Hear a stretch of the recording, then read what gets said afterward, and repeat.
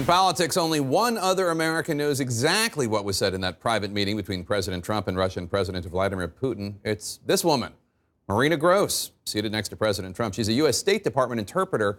And as CNN's Alex Marquardt reports, there's now growing pressure to bring her to Capitol Hill and tell Congress what she heard. When President Trump faced off with Vladimir Putin in private, right at his side was someone few knew.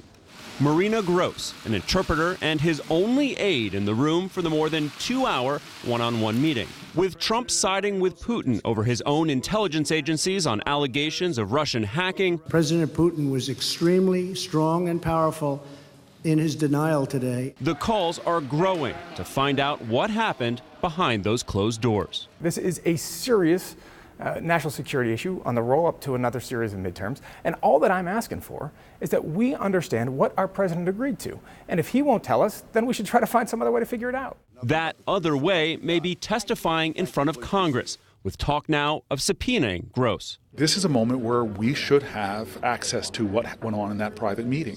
Some Republicans also joining the chorus. I'm not saying it ought to be done in a public hearing. We at least ought to get access to the notes that the translators keep.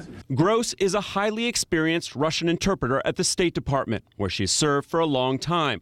This photo taken in 2008 with First Lady Laura Bush. Appearing again last year in Moscow with then Secretary of State Rex Tillerson. For interpreters, discretion is paramount, expected to not reveal what they see or hear. So, talk of a subpoena is not just uncomfortable, but uncharted territory. When in doubt, we keep it confidential. Unless a judge orders me to talk about it, I probably wouldn't. And this is a legal issue, not so much an interpreting issue, right? If you get subpoenaed by Congress, I don't think there would be any code of ethics that would supersede that obligation.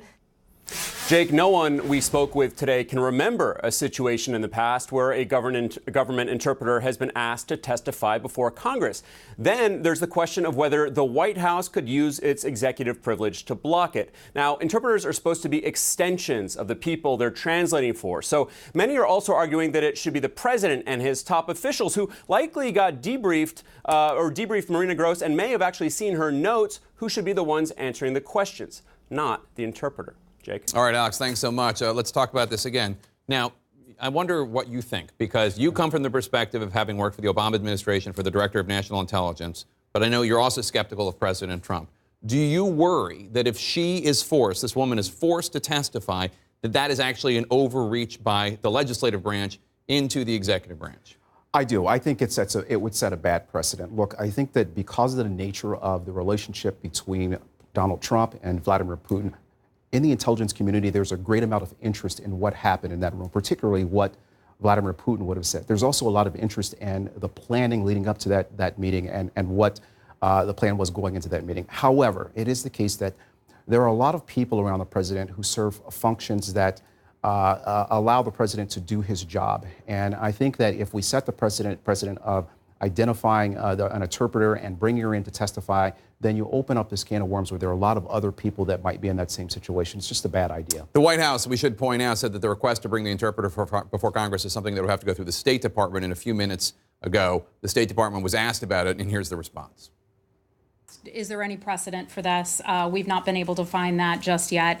I can tell you there's no formal request to have the interpreter appear before any congressional committees at this point. Overall, as a general matter, we always seek to work with Congress. White House also said there's no recording of the meeting, so it's really up to President Trump and Marina Gross. Yeah, well, I agree with everything that you said. I think it's also problematic because this isn't a policy person. This is somebody who's trying to interpret as they're going along, and if they represent things, they may represent them not correctly, even if they're trying to do the best. And then in the future, you could just see what's to stop them from, with any president, saying we want to subpoena your interpreter because we don't know what happened there. And so I think that it would set a bad precedent.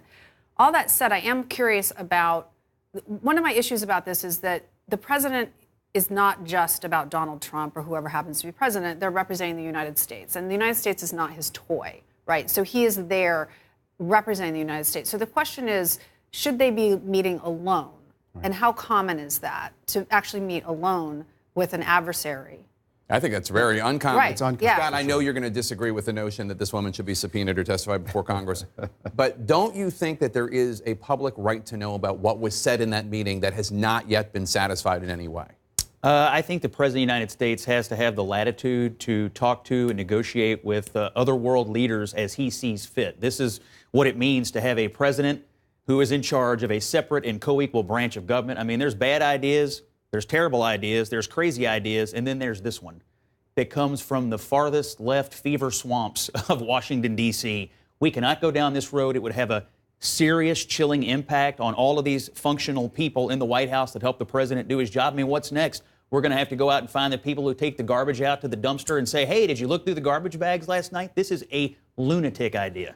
I think the issue is, you said there's no recording that we know of, Right. and pretty much every Russia expert I've heard from the last couple of days have said that there is absolutely a recording. The United States somewhere. just doesn't have it somewhere. Right. And so I think the White House created this problem in a way because usually there is someone else in the room, a staffer, someone with the president not only for history's sake, but could report back. The other issue is we're getting information about what happened in that meeting from the Russians. Right.